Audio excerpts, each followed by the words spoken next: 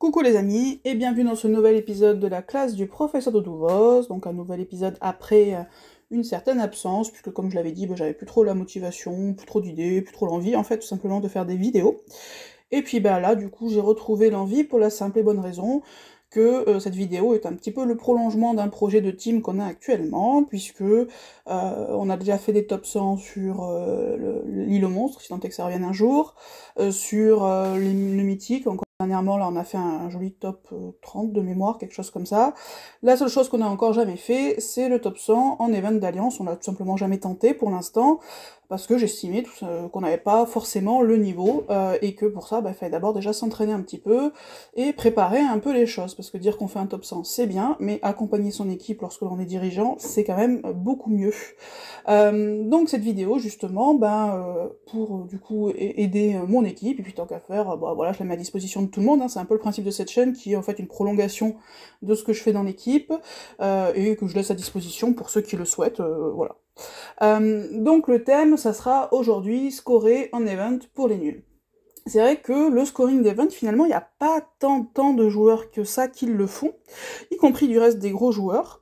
C'est quelque chose qui est un petit peu délaissé. Nous, dans la team, on était quelques-uns à le faire. Alors moi, m'y suis mis un peu tardivement, puisque à la base, je faisais uniquement ce que j'appelle le farming de jetons, ou le scoring pépère, à savoir je faisais moi sur les events des petits top 10k en rare, 5k en épique, et 10k en légendaire, ce qui me permettait juste de toper en fait tous les jetons possibles. Et puis petit à petit, j'ai commencé en fait à tenter un peu sur le rare, pour voir un peu ce que ça donnait, et c'est vrai que maintenant, assez aisément, j'arrive à faire un top 1k en rare. J'ai pas essayé, j'avoue, sur les pics légendaires, parce que ça coûte plus cher, notamment en pop au monde. Autant les objets, c'est pas un problème pour moi, autant les pop au monde, c'est plutôt mon... j'en ai, mais c'est un peu ma limite. Voilà, quand on prend pas d'offres, du coup, on a moins de pop au monde, puisque par mois on a quand même un nombre limité qu'on peut avoir gratuitement, donc du coup je me contente de faire plutôt le rare, qui coûte pas très cher en énergie, et mon objectif maintenant, au fur et à mesure, hein, c'est pas arrivé tout de suite, c'est de faire un top 1k sans toucher au Pokémon, c'est-à-dire en utilisant uniquement mes énergies. J'y arrive pas tout le temps, des fois il me faut une Pokémon, parfois deux, en général j'y arrive plutôt pas trop mal maintenant, parce que j'ai de bonnes équipes, soyons clairs, même si j'ai pas de LB2 dans 3 étoiles, mais j'ai quand même de belles équipes, en bleu, vert et rouge, ce qui permet aussi de switcher un peu les couleurs, donc ça c'est bien. Mais voilà, je suis pas une grosse scoreuse pour autant, soyons très clairs. Sur le dernier event d'Alliance, là, le dernier, celui des chevaliers, pareil, j'y suis allée sans pop au monde, avec des objets évidemment, mais sans pop au monde. Je voulais voir un petit peu comment j'y arrivais jusque-là, et sans pop au monde, en utilisant uniquement mes énergies, et en faisant évidemment les quêtes qu'il y avait pendant ce temps-là, puisqu'on a eu droit aux gobelins, on a eu droit à, je crois, évidemment les quêtes d'emblèmes, je crois qu'on a eu droit à au moins deux quêtes gemmes, des choses comme ça, enfin bref, j'ai fait mes quêtes habituelles, plus évidemment la VDG, etc. Mais du coup, avec les restes, je suis arrivée à peu près pas à 2,2 millions, un tout petit peu en dessous, voilà. Donc je suis à peu près à ce niveau-là. Si je mets des popos mondes, je pense que je peux monter à peu près à 2,25 millions, 2,3, je suis pas sûre d'arriver à les toucher, pour être honnête, même en mettant des popos. Alors après, j'en ai jamais mis beaucoup, donc à tester. Mais voilà, donc je suis pas une énorme scoreuse, je fais mon taf à peu près correctement, donc voilà, encore une fois, cette vidéo, ça sera du scoring en event pour les nuls, fait par quelqu'un qui est pas forcément la plus expérimentée dans ce domaine-là, mais bon, voilà, je connais à peu près les principes, le but étant de vous expliquer tout ça, et de vous expliquer pourquoi parfois on y arrive, pourquoi parfois on n'y arrive pas, de vous montrer des exemples filmés, puisque j'ai essayé de filmer un petit peu mes sessions de scoring sur le dernier event là des mousquetaires. Non, c'était pas les mousquetaires, c'était les chevaliers, voilà, sachant qu'évidemment j'ai filmé une fois sur deux, puisque j'ai oublié une fois sur deux, mais il y a quelques exemples pour vous montrer un petit peu. D'abord, on va passer à toujours comme je fais, évidemment, la théorie, avant de passer à la pratique. Ce qu'il faut déjà comprendre pour arriver à scorer, en fait, c'est comment sont calculés les points. Puisque, forcément, le calcul des points va influer sur la façon dont vous allez jouer par la suite. Et la principale chose que beaucoup de gens n'arrivent pas à intégrer, mais qui est la plus importante, c'est que c'est pas la vitesse, en fait, qui rapporte le plus de points. Quand on score, on est toujours en train de se dire, faut absolument que j'aille vite, ce qui est le cas, hein, la vitesse est évidemment un des critères, mais c'est pas le premier critère. Le premier critère, c'est en fait ce que moi j'appelle le ratio combo par mouvement de tuile. C'est-à-dire, c'est pas forcément le nombre de combos. Vous pouvez faire un combo 11 par exemple, mais si vous avez touché 20 fois vos tuiles, bah du coup vous allez avoir un tout petit ratio combo mouvement de tuile. Ce qui est important, c'est d'avoir le plus gros ratio possible combo mouvement de tuile. C'est ça en fait la clé vraiment du scoring. C'est-à-dire que si vous touchez une fois vos tuiles et que vous faites un combo 6, bah du coup vous allez faire, et qu'après du coup vous ne touchez plus à votre puzzle et vous arrivez à finir votre niveau, on va voir comment à la fin, sans toucher de nouveau à votre puzzle, bah vous allez déjà à la fois évidemment aller vite, mais au-delà de ça, vous allez avoir un gros combo, puisque vous allez avoir un gros ratio de 6 combos par exemple, pour un mouvement de tuile. Donc le principe, ça va être d'essayer de faire le plus possible de combos en bougeant le moins possible vos tuiles. Idéalement, il faut arriver à faire pas plus de 2 mouvements. Les meilleurs font un seul mouvement de tuile, mais ça demande évidemment de beaucoup relancer pour avoir le bon puzzle au bon moment. Voilà, l'idéal c'est de faire, on va dire, quand vous êtes sur du scoring un peu plus moyen, de faire 1, 2, 3 mouvements de tuiles maximum, et d'arriver à garder quand même un bon ratio de combos, un ratio d'à peu près 3-4 combos. C'est pas là où vous allez faire du méga scoring, mais c'est largement suffisant. 3-4 combos par mouvement de tuile, c'est là où vous allez commencer quand même à faire des jolis scores qui vont vous permettre de scorer. Alors vous serez évidemment pas dans le top 100 en faisant ça, soyons très clairs, mais vous aurez des scores très honnêtes, vous pouvez facilement faire un top 1K comme ça. Donc ça c'est la première chose à savoir, c'est que le premier critère pour les points, c'est le ratio combo par mouvement de tuile. Alors, en général, vous allez me dire, ah oui, mais moi j'ai jamais le bon puzzle, parce que je regarde des vidéos, ils ont toujours des puzzles de ouf. Ce qu'il faut comprendre, en fait, en event, c'est que le puzzle, vous allez forcément l'avoir, en fait. Vous allez forcément l'avoir à un instant T, puisque le principe de l'event, c'est que vous allez relancer, jusqu'à tomber justement sur le bon puzzle. Quand vous voyez des vidéos, c'est pas des gens qui ont eu du bol à un instant T, c'est des gens qui sont allés chercher le bon puzzle. Et au-delà de ça, et c'est ça en fait la difficulté je trouve du scoring, c'est en fait de voir. C'est pas tant de l'avoir vous l'aurez.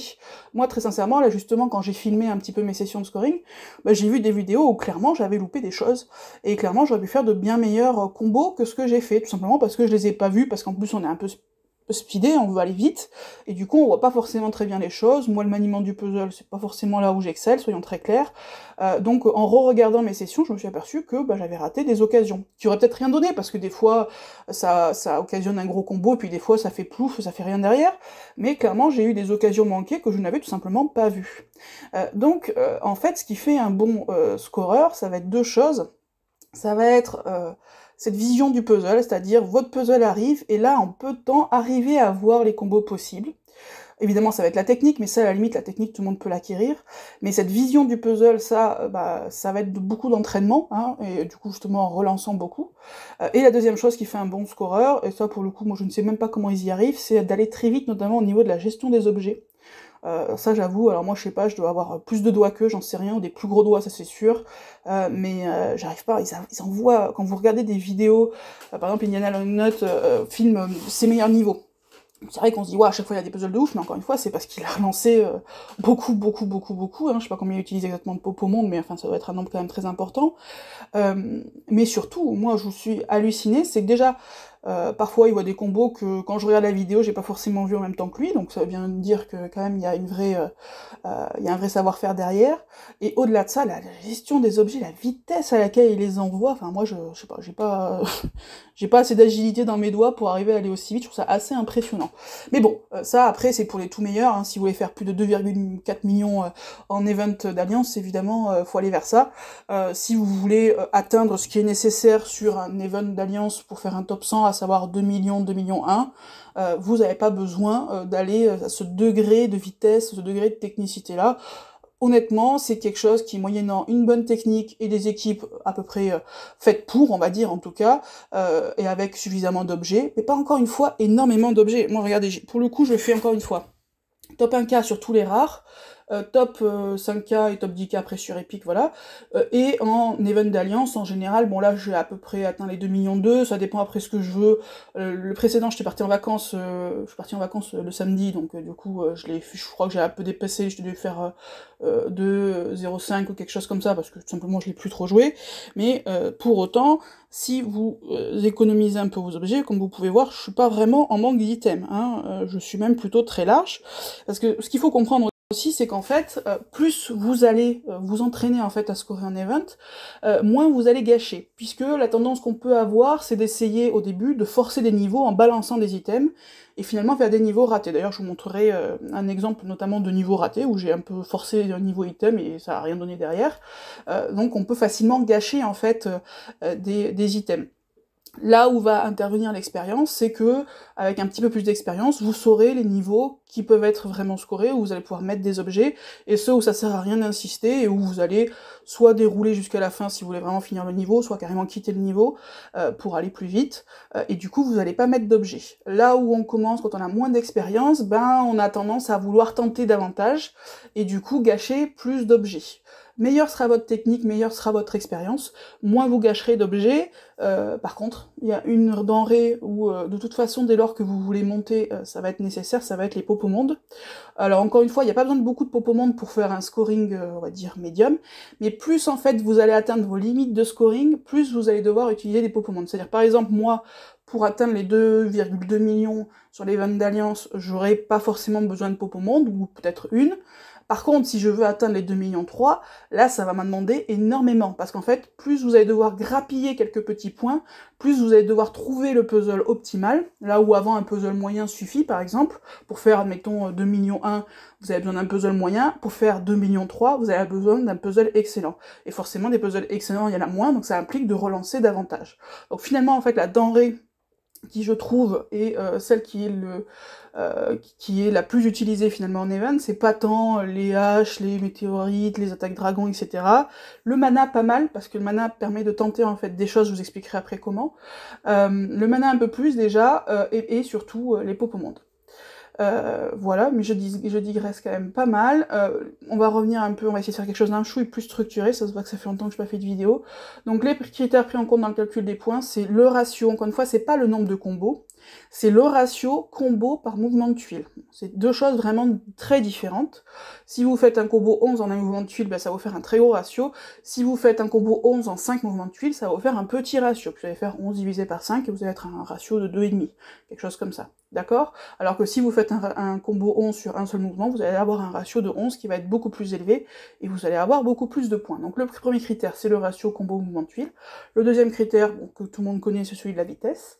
Le troisième critère, c'est la vie restante de vos héros. Déjà, si vous avez un héros qui est mort dans votre équipe, vous pouvez vous dire immédiatement que c'est un niveau qui sera à refaire. Est-ce que pour autant il faut un soigneur? Non. Les soigneurs ne sont pas nécessaires, puisque pour remplir les deux critères précédents, à savoir la vitesse et le ratio combo mouvement de tuile, si jamais vous avez une très bonne équipe, et que donc vous pouvez en fait passer les niveaux, enfin passer notamment les vagues de monstres et les boss assez facilement, vous n'avez pas forcément besoin de soigneur. Moins votre équipe sera efficace, malheureusement, bah, plus ça sera difficile pour scorer, ça c'est de toute façon toujours pareil dans ce jeu, et plus vous risquez d'avoir besoin d'un soigneur. Si vous preniez un soigneur, faites attention que ce soit surtout, enfin plutôt un soigneur qui apporte quelque chose du coup au niveau notamment de vos dégâts, que ce soit par exemple un soigneur qui va, encore une fois si vous en avez vraiment besoin, que ce soit un soigneur qui booste l'attaque, un soigneur qui booste par exemple les critiques éventuellement si vous avez besoin de jouer sur les tuiles, mais attention notamment, et maintenant il y en a pas mal de soigneurs, enfin pas mal, on a quelques soigneurs qui vont enlever les bonus adverses, faites très attention à ça, et de manière générale à tous les héros qui enlèvent les bonus adverses, puisque l'un des bonus adverses, enfin un bonus qui est, enfin un effet qui est considéré comme un bonus, c'est le partage des dégâts, et ça, vous allez en avoir besoin, je vais y revenir. Et le dernier critère qui peut être pris en compte dans le calcul des points, c'est les coffres, puisque les coffres apportent, chaque coffre apporte en fait 5000 points, donc ça peut être beaucoup, mais parfois en fait c'est sur les petits niveaux c'est très intéressant, puisque du coup c'est grâce à ça clairement que vous allez scorer, hein. Si vous en avez un, parfois vous pouvez même en avoir deux, bon bah ça vous fait 10 4 plus, autant vous dire que vos points vont s'envoler. Parfois par contre sur les coffres ça peut être plus gênant, parce que ça peut justement vous exposer votre...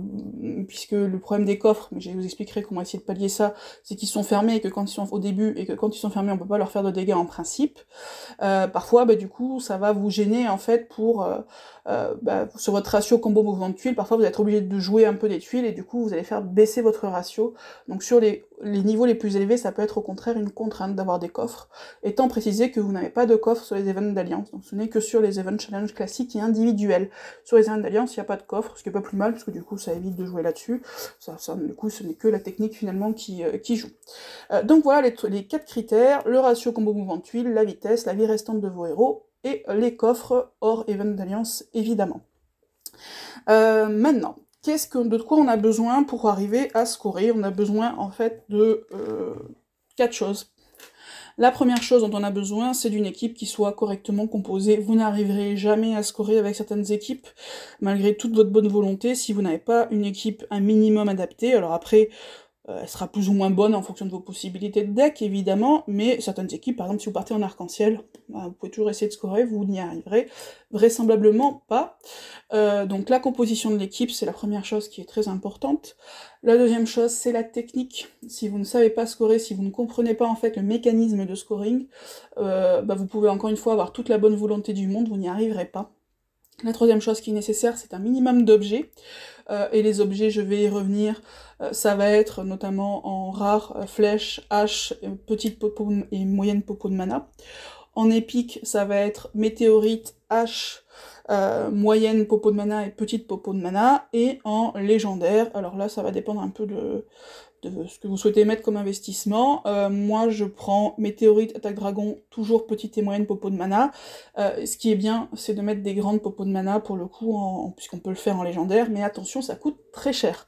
Donc à réserver vraiment, soit déjà il faut déjà être un petit peu, on va dire, aguerri sur le scoring, parce que si vous commencez à cramer les grosses popos de mana, ça va vous coûter une blinde. Donc à réserver si vous êtes vraiment déjà un petit peu aguerri, et si vraiment vous voulez scorer, pas juste pour finir l'event, bien évidemment. Donc il va vous falloir, encore une fois, une bonne compo, il va vous falloir une bonne technique, les objets adéquats, et en dernier, il va vous falloir des popos monde, puisque comme je vous l'ai dit, le principe de l'event, et ce qui fait d'ailleurs, je pense, le fait que c'est pas joué par finalement tant de monde que ça va être l'obligation de rejouer les niveaux. C'est-à-dire que l'event, en fait, va jouer sur quelque chose qu'on a ou plus ou moins, selon les personnalités de chacun, ça va jouer sur la persévérance, en fait. Certains, quand ils vont voir qu'ils y arrivent pas du premier, du deuxième, ou du troisième, ou du quatrième coup, vont arrêter en disant « Ah bah j'y arrive pas, je passe pas les niveaux, c'est impossible, machin », alors qu'en fait, ça demande juste de la persévérance. C'est-à-dire que vous allez forcément y arriver, ça va vous prendre du temps, plus ou moins de temps, ça on est d'accord, et effectivement, moins votre technique sera bonne, plus ça va vous prendre du temps, mais finalement, plus votre technique sera bonne, plus votre équipe sera bien composée, plus vous aurez les bons objets, moins ça va vous prendre de temps, puisque le but étant effectivement de relancer. Par contre, vous n'avez absolument aucune obligation de finir les niveaux. Ça d'ailleurs, si vous voulez vraiment scorer, alors moi j'avoue que, étant une grosse radine de base, j'ai tendance à vouloir un peu finir tous les niveaux, ce qui est très sincèrement débile.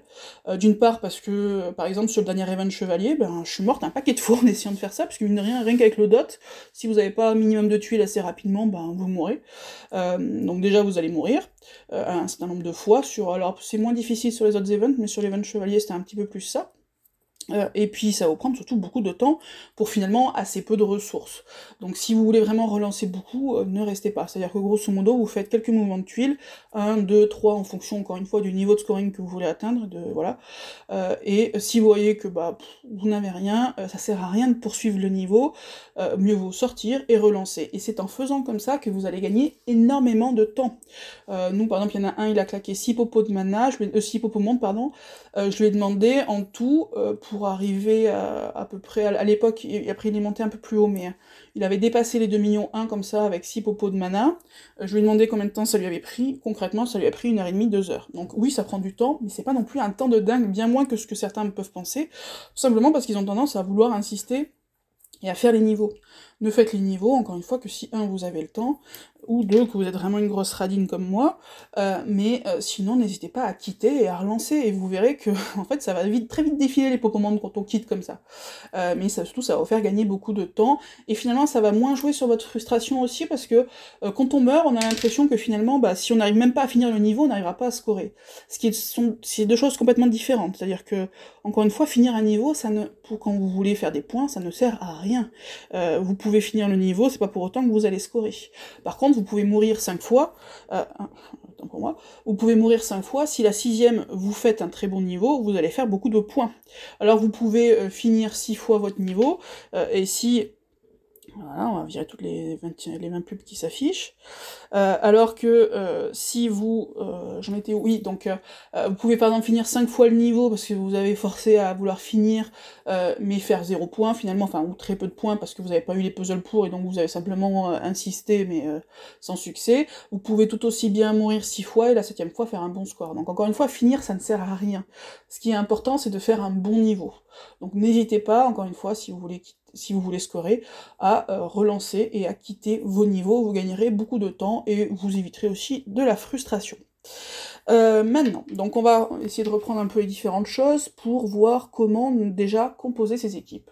Je trouve que la compo d'une équipe en matière de scoring d'event, c'est un mix finalement entre des dégâts de tuiles et des dégâts de CS. Pourquoi ?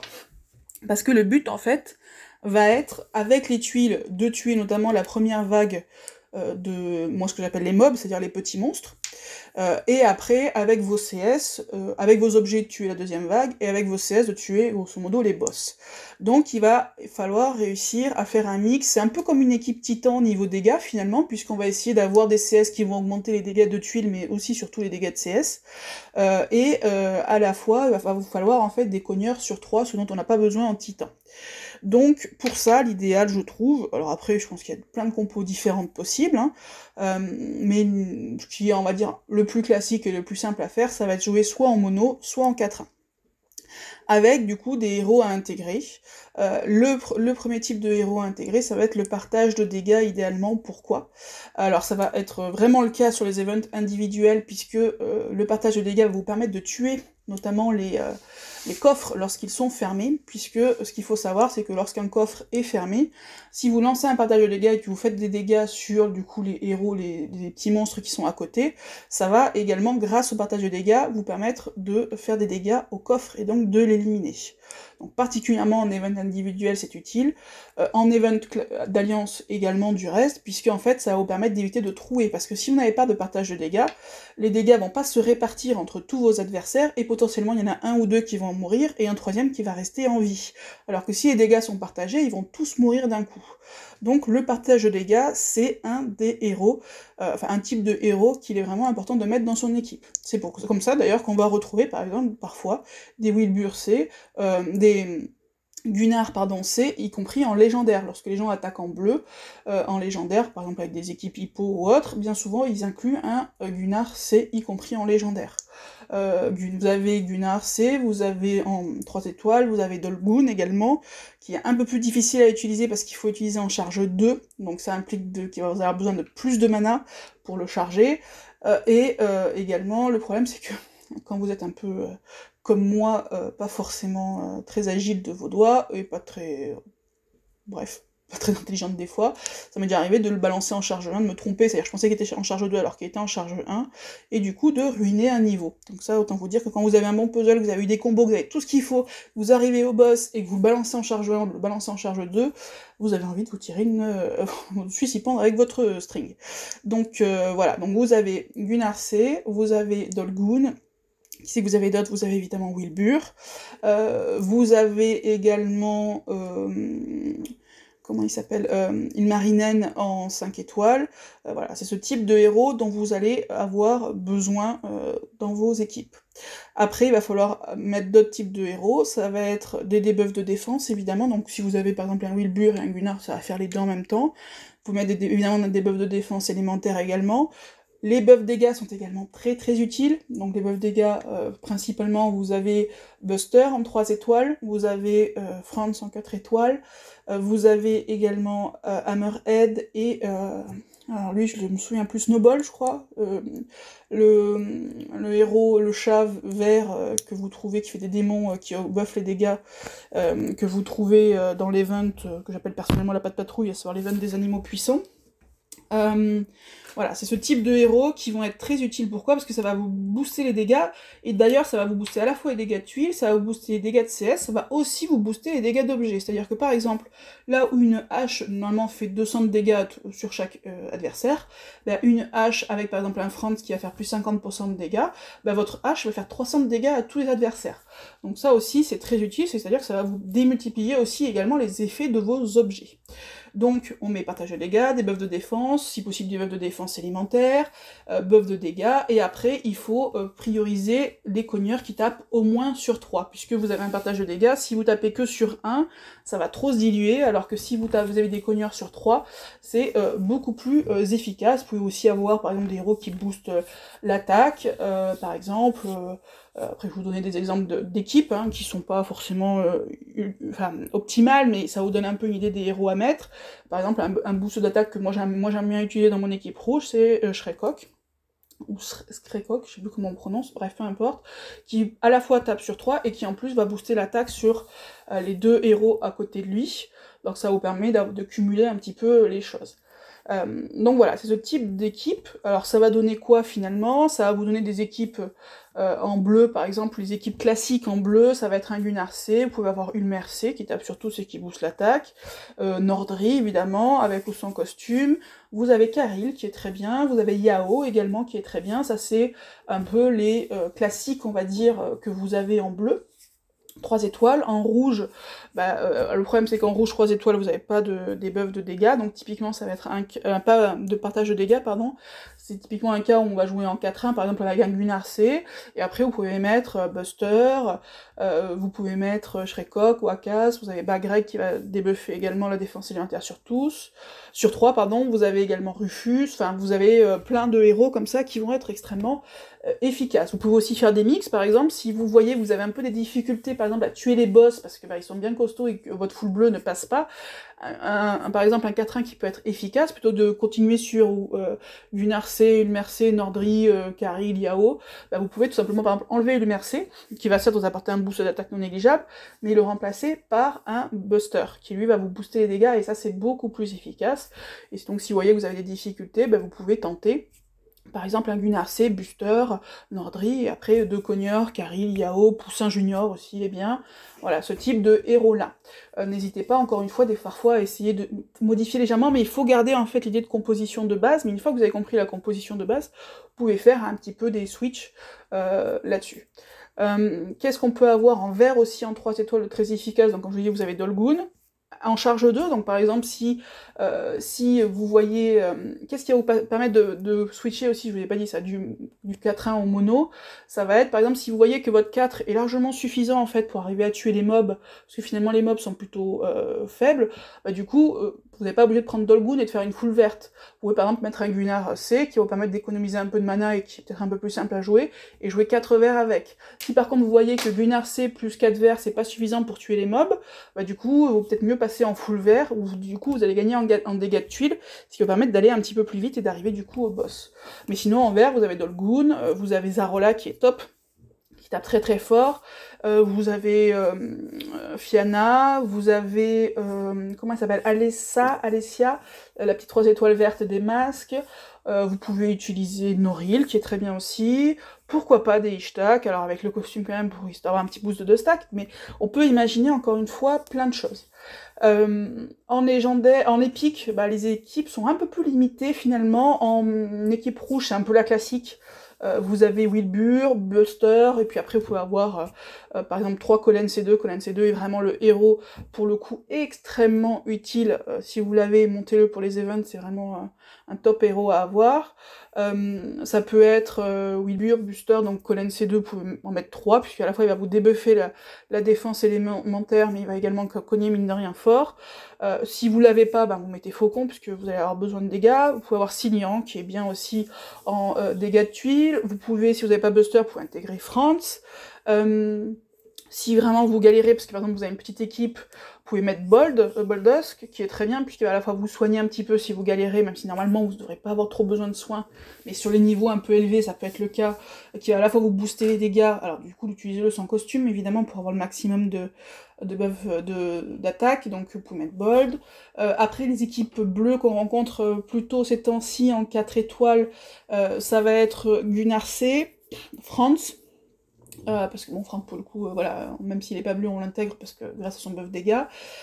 Et à côté, en général, vous allez trouver quelque chose comme Nordri et Grim C2, puisqu'il va booster les dégâts de CS, et puis par exemple Jot, qui est très bien aussi. Vous pouvez aussi envisager par exemple des équipes full vert, pourquoi pas, avec Dolgun.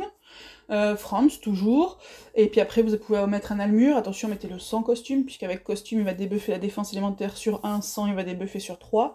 Vous pouvez donc faire Dolgun, Franz, Almur, et par exemple Kaidmon C2 qui tape fort, et vous pouvez par exemple en mettre 2, pourquoi pas, ça fait aussi une belle équipe verte. Donc comme vous voyez, avant on utilisait finalement un peu toutes les mêmes équipes, maintenant il y a des héros phares, on va pas se mentir, Kolen C2 c'est vraiment un héros phare par exemple, Gunnar, Wilbur, voilà c'est ce type de héros qu'on utilise beaucoup, mais on va pouvoir davantage switcher, donc n'hésitez pas à fouiller dans votre deck, ne vous dites pas ah bah non j'ai pas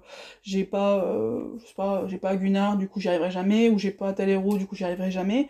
On peut arriver à composer sous réserve encore une fois de bien avoir compris finalement la composition. En légendaire, pareil. En légendaire, actuellement, les équipes, ça peut être... Ilmarinen peut remplacer Wilbur, par exemple, mais sinon, vous pouvez très bien garder Wilbur, Buster, et après, certains utilisent 3 Kolen C2, alors en général, ils sont LB2, mais vous pouvez utiliser Kagan, qui est très bien aussi sur les events, on n'y pense pas assez, mais ce bon vieux Kagan est très bien. Khufu, évidemment, Kolen C2, pour les équipes en rouge, vous pouvez avoir tout plein de héros. Attention aux héros type Kong, Kong costume qui tape fort, mais par contre, il va vous enlever le partage de dégâts. Donc si vous le jouez, mettez-le à la fin. Faites en sorte que ce soit le dernier qui tape, puisqu'il va vous enlever le partage de dégâts, donc faut le mettre plutôt à la fin. Après, maintenant, il y a beaucoup d'équipes avec Hippo. Ça peut être Hippo, Gunnar C, par exemple Hammerhead, Per CC, le Puce, enfin voilà, des héros qui vont être multi-cibles. Les équipes Hippo marchent plutôt pas mal. Sinon, vous pouvez très bien imaginer des équipes vertes aussi, pourquoi pas.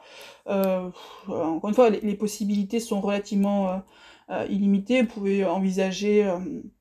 Evelyn, elle a une petite particularité, mais j'en reparlerai, c'est un peu comme Frida, c'est des debuffs élémentaires, donc ça c'est bien, mais ils ont le problème, c'est qui est très utile du reste en GDA, mais c'est un peu plus embêtant, c'est ceux qui dispellent, puisqu'ils risquent de vous enlever justement le partage de dégâts, mais ça peut être aussi une équipe type Dolgun, Franz, Almur par exemple, et puis après des cogneurs sur 3, je sais pas, type, ça peut être Quenelle, ça peut être la nouvelle Akshamara, ça peut être plein de choses, un Moses, voilà, des héros qui vont faire quand même pas mal de dégâts.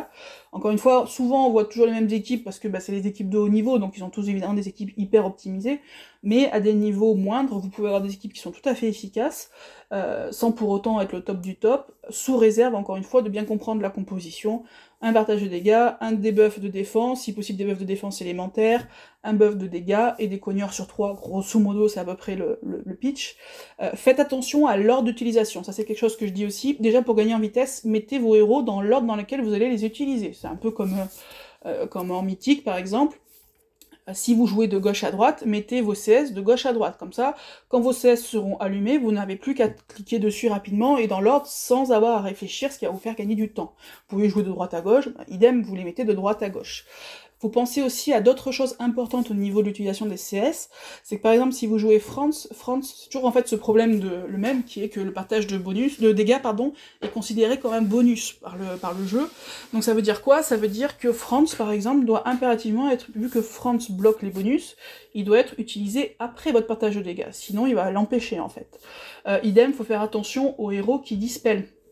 Ça va être des héros type Frida, ça peut être Evelyn, ça c'est des héros qui vont dispel, donc ils vont vous enlever le partage de dégâts, donc ils sont plutôt à utiliser avant le partage de dégâts, même s'ils tapent. Attention également, notamment aux Marjana C1, lorsqu'elles sont full emblème, puisque, comme vous le savez, les Marjana C1, quand elles sont full emblème, elles ont le super talent magicien qui dispelle, que ce soit avec les CS ou avec les tuiles. Donc ça aussi c'est gênant, puisque vous risquez du coup de perdre votre partage de dégâts.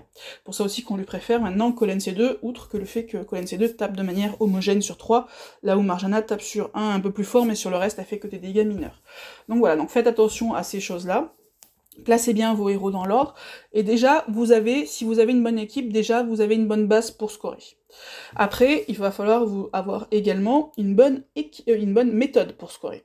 Alors, le principe, en fait, la méthode de base, finalement, elle est assez simple. Si vous avez les équipes pour, c'est beaucoup plus facile, puisque le principe est simple. Le principe de la méthode, c'est sur la première vague, votre but, c'est de faire un maximum de combos en 1 ou grand max 2 mouvements de tuiles, tout en chargeant si possible les CS et en liquidant les héros en face. Deuxième vague, vous balancez les objets pour tuer les monstres sans toucher au puzzle. Troisième vague, vous balancez vos CS, toujours vous ne touchez pas au puzzle évidemment, vous balancez vos CS. Éventuellement, vous balancez des objets supplémentaires, vous rechargez vos CS avec du mana si besoin, et vous liquidez les boss comme ça. Voilà, ça c'est la technique de base qui finalement, bon, outre la manipulation qui est un peu plus difficile, mais en tant que telle, si vous avez les héros suffisants pour, bah finalement, c'est pas très compliqué. Vous relancez jusqu'à... Le plus compliqué étant d'arriver à voir le bon puzzle, mais également à le voir. Et ça, c'est autre chose. Là où ça devient un peu plus compliqué, alors, si quand même je suis pas fini, ce qui peut être intéressant de faire, notamment sur la vague 1, si vous voyez que vous avez un bon puzzle de départ, et que que vous allez pouvoir faire des combos, de balancer des tuiles de votre couleur et faire des combos, ce qui peut être intéressant, c'est de charger votre partage de dégâts. Pourquoi? Parce que du coup, vous chargez votre partage de dégâts, vous l'envoyez, donc déjà vous allez baisser la défense, et puis vous allez faire en sorte que les tuiles qui vont sortir de votre couleur, si elles touchent qu'un seul adversaire, potentiellement on va tous les tuer en face. Donc ça aussi, c'est extrêmement utile. Donc quand vous voyez que vous avez un bon puzzle de départ, n'hésitez pas à charger à coup de mana votre partage de dégâts. Et c'est là où par exemple un Dolgun est un peu plus embêtant à utiliser parce que il va vous demander beaucoup de mana et après vous ne l'aurez pas pour la fin. Vous chargez votre partage de dégâts et vous lancez vos tuiles en faisant des combos. Et après vous espérez que les combos se multiplient et que ça remonte un petit peu davantage. Si jamais par exemple vous avez un joli combo, je sais pas, vous lancez votre partage de dégâts, vous balancez des tuiles, vous faites un joli combo, je sais pas, un combo 4 ou 5 admettons, ou plus évidemment, mais en fait finalement il y a eu peu de tuiles de votre couleur, et que les monstres sont pas forcément morts, n'hésitez pas, vous pouvez les liquider avec des objets. Attention à en garder suffisamment d'objets pour pouvoir finir votre niveau. Ça aussi, c'est quelque chose qui peut être intéressant de faire. Moi, ce que j'aime bien, c'est de tester les niveaux. C'est-à-dire savoir, en fait, de quoi je vais avoir besoin, notamment pour tuer les boss. Est-ce que j'ai juste besoin de 1, 2, 3, 4, 5 CS? Si j'ai juste besoin de mes CS, bon du coup, je sais qu'il faut que je les ai chargés et puis basta. Est-ce qu'en plus de mes CS, je vais avoir besoin d'un ou deux items? Est-ce qu'en plus de mes CS, je vais avoir besoin de mana pour pouvoir recharger 1, 2, 3 CS pour pouvoir buter les monstres? Ou est-ce que, en fait, mes héros sont pas suffisamment forts, et du coup, je vais avoir besoin potentiellement d'avoir des tuiles en supplément? Ça, c'est là où ça commence à devenir plus compliqué, mais c'est le problème en fait, moins vos équipes sont bonnes, plus ça devient compliqué, c'est d'avoir du coup des tuiles à lancer également. Mais donc, n'hésitez pas à tester vos niveaux. Alors bon, si vous avez un super puzzle dès le premier niveau, enfin, je sais pas, vous lancez un niveau pour la première fois et vous avez un super puzzle, donc tentez-le. Mais si vous avez des puzzles moyens, n'hésitez pas au moins la première fois à aller jusqu'au bout pour voir un peu de quoi vous avez besoin dans le niveau, parce qu'il n'y a rien de plus frustrant que par exemple d'utiliser un peu plus de mana et de vous retrouver à court à la fin parce qu'il va vous manquer une CS et du coup vous êtes obligé de rejouer votre puzzle et du coup vous perdez votre bonus de combo, donc vous allez du coup pas faire beaucoup de points. Ou pire, vous avez tout balancé, vous êtes à sec d'objets, vous n'avez plus rien, et en fait vous avez plus de tuiles sur votre tableau, et pour autant en plus ils sont même pas morts les boss, donc du coup vous faites un niveau pour rien. Donc n'hésitez pas à, moi ce que j'appelle tâter le terrain, pour voir en fait de quoi j'ai besoin. Par exemple, si je sais que je vais avoir besoin à la fin de, je sais pas, de quoi relancer 2 fois 2 CS, plus d'avoir mes items, je sais que du coup mes items, je vais pas forcément pouvoir les utiliser, par exemple un peu sur ma vague 1. Alors que si je suis plutôt très à l'aise niveau CS, par exemple, si je lance mon partage de dégâts, j'ai des bons combos qui arrivent, j'ai un combo 4 ou un combo 5, pour autant mes adversaires sont pas forcément morts, parce que j'ai pas forcément eu que les tuiles de ma couleur, j'en ai eu que 3 par exemple, et le reste c'est des... du coup, ce que je peux me dire, c'est que je peux terminer la vague 1 avec quelques items, j'en ai suffisamment pour tuer la vague 2, là encore une fois, savoir combien d'items vous avez besoin pour tuer la vague 2, et je sais qu'arrivé à la vague 3, j'ai plus qu'à charger mes CS, et je sais que je ne serai pas en manque soit de mana, soit d'objets. Donc ça aussi c'est quelque chose à savoir au moment où vous faites le niveau, puisque bien évidemment, au fur et à mesure que vous avancez dans les niveaux, ça devient plus difficile, et sur la fin, ce que vous pouviez faire au début, vous pouvez pas forcément le faire à la fin. Donc voilà, donc technique de base, c'est j'essaye de faire un max de combos sur 1 ou 2 mouvements de tuiles, ne pas hésiter à lancer, quand vous voyez dès le départ que vous avez quand même un bon puzzle, ne pas hésiter à lancer manuellement, avant de toucher vos tuiles, votre debuff partage de dégâts, type Gunnar-C, Wilbur, etc., avant de faire votre combo. Si jamais, finalement, vous avez un joli combo, par exemple un combo 4, et que la vague est éliminée, vous passez à la vague 2, vous liquidez à coup d'objet, vous passez à la vague 3, vous chargez vos CS si vos CS sont pas chargés, parce que ça peut arriver aussi que vos CS ne soient pas intégralement chargés. L'idéal, évidemment, c'est vous faites partage de dégâts, vous balancez, ça fait un gros combo, vos CS sont chargés, vague 2, vous balancez les objets, vague 3, vous balancez les CS, objets, re-CS éventuellement. Ça, c'est le cas idéal, mais qui n'est pas si fréquent que ça, sauf encore une fois, à ce que vous visiez le top du top et que du coup vous relanciez beaucoup plus. Ça peut très bien arriver que vous, en vague 1, vous lanciez votre partage de dégâts, ça ne liquide pas forcément toute la toute la vague, mais moyennant un ou deux petits objets, ça vous permet de passer à la suite. Ça peut arriver également que vos CS ne soient tout simplement pas chargés, du coup, bah, il faut faire attention d'avoir suffisamment, et c'est pour ça qu'on prend pas mal de mana, suffisamment de mana pour charger vos CS en vague 3, au moment des boss, pour pouvoir les lancer. Et comme je vous l'ai dit, le problème, c'est parfois, quand on a des héros un peu faibles, c'est sûr que si vous avez Colonne C2, c'est pas pareil que si vous avez Faucon, faut quand même dire les choses, parfois vous allez avoir besoin de rajouter des tuiles, notamment sur la fin. Et là, ça devient plus compliqué, puisque, vous allez pouvoir par exemple faire un diamant, sauf que par exemple les diamants ça ne fonctionne pas du tout sur l'event mousquetaire, puisque vous n'allez pas pouvoir claquer les diamants sur l'event mousquetaire, puisque ça fait des boucliers un peu spéciaux qui font que lorsque vous les claquez, ça enlève des bonus adverses, y compris le partage de dégâts, et on se retrouve avec toujours la même difficulté. Donc voilà, c'est pour ça qu'il faut impérativement que vous tâtiez le terrain avec vos équipes, pour voir un peu de quoi vous avez besoin, de plus ou moins gros combo pour pouvoir passer, enfin pas combo mais plus ou moins, est-ce que votre mana doit être forcément chargé parce que sinon vous n'avez plus de quoi après, est-ce que vous devez forcément tuer la vague de monstres parce que sinon vous n'avez pas suffisamment d'objets pour pouvoir finir non seulement la vague 2 mais également les boss, c'est ça qu'il faut que vous réfléchissiez. Sinon, en astuce un petit peu supplémentaire, ce qu'il faut savoir, c'est qu'un event, ça se prépare. Notamment, ça se prépare sur quoi? Ça se prépare, en fait, sur les objets. Parce que rien n'est pire que lorsque vous êtes sur une session de scoring, et qu'en fait, vous arrivez à un moment et vous n'avez plus d'objets en stock. Donc du coup, vous êtes obligé de vous interrompre. Alors vous allez me dire, c'est pas dramatique, certes, mais il faut pouvoir les fabriquer, les objets. C'est-à-dire que les objets, certains prennent plus de temps que d'autres. Et ce qui est bien avec le scoring, à la fois, c'est qu'on peut le faire quand on veut, puisqu'on utilise des popos monde, pardon.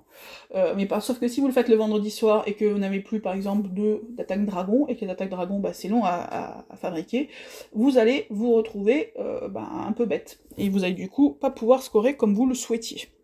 Donc, encore une fois, ça se prépare. Préparez-vous un stock d'objets, un stock de popos au monde également, dont vous aurez besoin si un jour vous voulez tenter. Si vous faites notamment de l'event individuel, essayez de vous fixer une limite, c'est-à-dire de vous dire, voilà, j'ai tant d'objets, je ne dépasserai pas. Si j'y arrive, tant mieux, j'aurai atteint mon objectif. Si j'y arrive pas, tant pis, je n'aurai pas rempli mon objectif. Ça, c'est aussi pas mal de se fixer un peu des limites pour éviter de tout vous liquider, notamment quand vous commencez, puisque encore une fois, comme je vous l'ai dit, on peut avoir un petit peu tendance à gâcher des objets, ce qui est tout à fait normal. C'est avec l'expérience, encore une fois, que vous allez savoir quel niveau, et encore, même avec l'expérience, on va pas se mentir, moi régulièrement je gâche des niveaux, et je gâche du coup des items, mais c'est avec l'expérience que vous en gâcherez quand même moins. Donc préparer son event, c'est comme tout, encore une fois, les objets, ça se prépare. Fixez-vous des limites à ne pas dépasser. Encore une fois, un event, c'est faire et refaire les mêmes niveaux. Peu importe que vous mouriez 10 fois, si la 11e vous faites un bon score, vous en avez rien à faire. N'hésitez pas à quitter, ça encore une fois. Moi, ce que je conseille notamment à ceux qui ont peu de popos monde, ou en tout cas qui veulent les conserver, c'est de ne pas attendre le dimanche soir, parce que vous pouvez en fait pousser quand vous voulez, finalement, vous pouvez le faire. Certains font des sessions de 2 heures, ils ont fini, ils ont fait 2,4 millions, et puis on va laisser peser, ils passent à la suite. Mais bon, c'est pas donné à tout le monde. Et 2, si ça demande de la popo monde, justement. Si vous voulez optimiser, et notamment éviter de gâcher trop cette ressource, essayez d'utiliser vos énergies au fur et à mesure, puisque en général un event ça démarre soit le jeudi, soit le mercredi, selon que ce soit un event individuel ou un event d'alliance. Donc si vous pouvez, évidemment vous travaillez, donc c'est pas forcément toujours possible, mais si vous avez les enfants, vous avez plein de choses, si vous pouvez, essayez d'utiliser vos énergies au fur et à mesure, ça sera toujours ça de moins que de gaspiller en popo monde. Encore une fois, on quitte, n'hésitez pas à quitter, sauf si vraiment vous êtes un gros radin, mais dans ce cas-là, faut assumer derrière aussi, ça prend plus de temps, et c'est un peu plus frustrant. N'hésitez pas à quitter les niveaux, si vous voyez, encore une fois, un niveau, en 10 secondes, en général, vous savez si vous pouvez le continuer ou pas. 10 secondes et vous passez à la suite, c'est comme ça que vous allez gagner beaucoup de temps. Encore une fois, si un niveau est mal engagé, ça sert à rien de mettre des objets, surtout, parce que tout ce que vous allez faire, c'est les gaspiller, vous allez faire peu de points, vous allez avoir gaspillé des objets, donc voilà. Et comme je vous l'ai dit, essayez de tester chaque niveau, à savoir la résistance des petits monstres et la résistance des boss, pour savoir de quel CS vous allez avoir besoin, de combien de CS, est-ce qu'il va falloir recharger vos CS ou pas, est-ce que vous allez avoir besoin d'objets ou pas, etc. etc. Après, quand vous avez fini parfois votre event, vous n'êtes pas forcément à votre cible de points, en général c'est rarement le cas, du coup vous allez devoir pousser certains niveaux. Là, il faut arriver à identifier les niveaux où vous allez pouvoir gagner des points. Ce qu'il faut déjà savoir évidemment, c'est que chaque niveau rapporte plus que le précédent. Si vous avez, en général, les premiers niveaux sont à 1 ou 2 boss, et après vous allez passer à 3 boss. Dès lors que vous êtes à 3 boss, ça va rapporter beaucoup plus de points. Après, pour identifier les niveaux où vous pouvez gagner, moi ce que je vous conseille, c'est d'essayer, notamment dans votre alliance, de vous faire passer les scores, et de repérer en fait quelqu'un qui est à peu près de votre niveau, légèrement un petit peu meilleur que vous, et d'essayer de regarder ses scores pour voir où vous allez pouvoir optimiser. Essayez pas forcément de regarder le meilleur joueur de l'alliance, sauf à ce que vous soyez déjà très bon, parce que sinon, si vraiment il est bien au-dessus de vous, bah, vous allez vous démotiver en vous disant bah en fait il m'a mis 10K sur tous les niveaux, donc j'y arriverai jamais, je suis trop nul, blablabla, c'est pas le but. Regardez quelqu'un qui est de votre niveau enfin, votre niveau un petit peu plus, enfin voilà, légèrement supérieur à votre niveau, regardez là où il a fait quand même plus de points que vous, et c'est là où vous allez scorer. Sur les petits niveaux, ça va vous coûter moins cher en énergie, mais finalement, comment dirais-je, les points que vous pouvez gagner sont moins importants.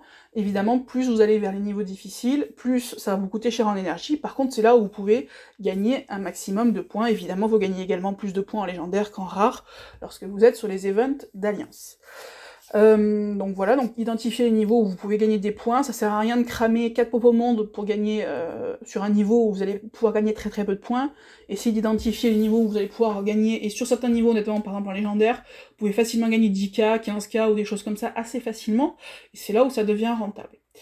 Et pour les coffres, comme je vous l'ai dit, forcément les coffres c'est 5K, n'hésitez pas à utiliser votre partage de dégâts pour essayer d'aller plus vite, et notamment pouvoir le tuer avant qu'il s'ouvre, ça permet de gagner quand même pas mal de temps. Bah écoutez, voilà ce que je voulais vous dire pour la technique, et maintenant on va essayer de voir ça un petit peu en action, avec un niveau bien fait, un niveau raté, un niveau forcé, un niveau pas forcé, et voir un petit peu la différence. Je vous reprends tout de suite. Allez, maintenant, après la théorie, on va passer à la pratique, en commençant du coup par un niveau plutôt bien, même très bien réussi, pour vous montrer un peu ce qu'on peut faire quand on arrive à peu près à faire ses frappes. Donc là, vous voyez, forcément, j'ai évidemment un bon puzzle de bleu. Alors, au début, je bug quand même un petit peu, en général, quand il y a ce genre de puzzle, en me demandant justement, j'en ai tellement que je sais pas trop par quoi commencer, puisque j'ai différentes possibilités pour faire des combos. Mais bon, du coup, comme je vous l'ai dit, ce que je fais à ce moment-là, hop, je charge mon partage de dégâts et des buffs, et après j'essaye du coup de faire des combos, et après on essaye que ça, voilà, là vous voyez, j'ai de la chance puisque du coup ça remonte pas mal, et vous voyez, en un seul mouvement de tuile, j'arrive à faire un combo 8. Pour autant, comme vous pouvez le voir, mes héros sont pas chargés puisque j'ai pas eu suffisamment de tuiles de ma couleur, mais autant vous dire que quand vous faites un combo 8 avec un seul mouvement de tuile, vous réfléchissez pas et vous foncez. Donc, comme je l'ai dit tout à l'heure, deuxième vague, on balance les objets pour tuer la vague. Et là, du coup, on va tout simplement charger ses héros avec sa mana. Alors là, c'est là où moi je suis pas hyper rapide, on va pas se mentir. Et on balance tout ce qu'on a. Vous voyez, donc c'est un niveau quasi idéal, qui donne évidemment pas mal de points. Voilà, donc ça c'est quand ça se passe bien, vous verrez des niveaux comme ça, si ça vous intéresse de voir un petit peu ça sur tous les niveaux, parce que là moi je vous ai pas mis mes frappes, parce que je ne voyais pas trop l'intérêt de mettre que des frappes optimales, au contraire je vous ai mis des frappes loupées, enfin différentes petites choses pour que vous voyez un peu des choses différentes. Si ça vous intéresse de voir ça, il y a Colonel Indiana Longnut qui sur sa chaîne YouTube montre tous ses meilleurs niveaux, sachant que lui il est à plus de 2,4 millions quand il finit l'event, donc du coup vous pouvez voir ce que ça donne lorsqu'on a que des niveaux extrêmement réussis. Voilà, sachez quand même, encore une fois, que c'est évidemment un idéal que peu de joueurs peuvent remplir, ne serait-ce que parce que il a des super équipes, tout est LB2, etc. Là, moi, vous voyez, j'ai une bonne équipe, une très bonne équipe même, mais comme vous avez pu le voir, j'ai quoi? J'ai Gunnar C, j'ai Nordri, j'ai Ulmer C, j'ai 2 Karil. Donc grosso modo, j'ai quand même 4 héros saison 1 dans le tas, avec costume certes, mais enfin bon, maintenant, vu le nombre de fois qu'on a eu les ventes des costumes, normalement c'est des héros que tout le monde peut avoir. Nordri, bon, en principe, un 3 étoiles de saison, ça peut arriver qu'on ne l'ait pas, mais en général, on arrive même en free-to-play à l'avoir. Donc c'est une équipe qui est totalement accessible. Elle est LB1 et elle est bien emblémée, j'ai de belles troupes également. Par contre, j'ai par exemple 0 LB2 dessus. Pour autant, je peux faire de belles choses avec. Donc, vous voyez, c'est des choses qui sont, sur le rare, je trouve vraiment, c'est quelque chose qui est très accessible et qui est accessible au plus grand nombre. Donc, n'hésitez pas, encore une fois, à faire vos équipes, parce que par contre, ça demande de les faire, hein. Souvent, on n'a pas monté, parce que ça demande des héros particuliers. Alors bon, en général, ces héros-là, on peut aussi les réutiliser en tournoi. Mais parfois, ça demande un peu des héros spécifiques, et du coup, on les monte quasi exclusivement pour les events. Donc, n'hésitez pas à le faire. Les 3 étoiles, en plus, ça coûte quand même pas grand-chose, que ce soit à monter ALB ou que ce soit emblémé ou même ALB, donc voilà, donc ça n'hésitez pas. Donc un niveau, on va dire, optimal, puisque j'ai fait grosso modo un mouvement de tuile, 8 combos, après tout est allé très vite, donc ça c'est un bon niveau. Voyons maintenant une deuxième tentative. Donc là, vous voyez, on est un peu sur la même configuration avec un moins bon puzzle. Mais bon, je vois immédiatement que je peux faire un combo 2. Alors en général, sur les combos 2, j'hésite un peu. Quand je vois un combo 3, j'hésite pas trop. Combo 2, ça dépend en fait un peu. Je le fais un peu à l'inspi en fait. Savoir si j'y vais ou si j'y vais pas. Là, je me dis, allez, en plus, je suis partie en bleu sur ce niveau-là. Comme vous pouvez voir en face, ils sont bleus et verts. Donc si j'ai un vert, là, ce qui est bien, c'est que mes tuiles bleues sont sous le bleu. Si elles sont sous les verts, forcément, je vais faire moins de dégâts. Donc là, c'était pas mal pour essayer du coup de passer la vague rapidement. Donc toujours pareil, je charge mon partage des buffs de dégâts et je me dis j'envoie. N'hésitez pas aussi à faire bien attention à ce qu'on peut avoir tendance à faire sur les niveaux, c'est quand on voit 3 tuiles de notre couleur, à vouloir faire immédiatement le match des 3 tuiles, alors que c'est pas forcément le plus utile. Ce qu'il faut vraiment essayer de faire, c'est évidemment d'envoyer les tuiles de sa couleur, mais en faisant des combos. Et notamment, si vous avez la possibilité d'envoyer d'abord des tuiles d'une autre couleur pour ensuite faire comboter des tuiles de votre couleur, c'est mieux. Pourquoi? Parce que du coup, vos tuiles vont faire plus de dégâts. Et du coup, vous allez passer plus facilement la vague. Donc là, vous voyez, je fais un combo 2. Effectivement, ça me tue la vague, sauf que en fait, je fais que un combo 2. Donc là, si vous voulez, grosso modo, bon, je tente un petit peu parce que, encore une fois, je suis radine et en général, je finis mes niveaux. Mais clairement, là, vous voyez, ça combote rien du tout. C'est un niveau qui, finalement, je l'ai tenté, mais qui a fait pchit. Et ça, soyons très clairs, c'est quelque chose que vous allez faire quand même assez régulièrement en event. On tente le niveau, on fait un petit combo au début. Ça, vous voyez, j'ai tué la vague, hein. Mais sauf qu'un combo 2, honnêtement, même en tuant la vague, derrière, vous n'allez pas faire beaucoup de points. Donc en vrai, ça sert à rien de le pousser plus que ça. Donc là, je pense que, de mémoire, j'ai dû juste le finir pour le finir, histoire d'avoir les points. Mais clairement, c'est un niveau où je ne mets plus aucun item ni quoi que ce soit. Juste, je le termine ou pas. Du reste, si je meurs avant, c'est pas très grave non plus. Mais voilà, donc vous voyez, je me suis arrêtée là tout simplement parce que j'ai tenté le coup et puis ça a fait pchit, tant pis, on fera une autre fois. Donc voilà, n'hésitez pas sur ces niveaux-là à pas les pousser plus que ça parce que finalement vous allez faire assez peu de points si vous tentez de pousser ces niveaux-là à coups d'objets et autres. Là vous voyez, bon comme c'est un niveau un peu faible, du coup même si ça prend un peu de temps, c'est pas très grave, j'arrive quand même à le finir. Mais c'est un niveau qui rapportera au final peu de points, donc ça servait à rien d'aller plus que ça. Autre niveau, alors hop, si j'y arrive, ouais, c'est bon. Sur ce niveau-là, ce qu'il faut voir déjà, je vais mettre le puzzle, vous voyez, c'est un puzzle qui est sympa, et c'est un puzzle que concrètement j'ai loupé sur le début, puisque j'avais, je vais vous montrer ce que j'ai fait plutôt, vous voyez, voilà, donc ça c'est ce que j'ai fait, donc j'ai un combo 2 sur le début,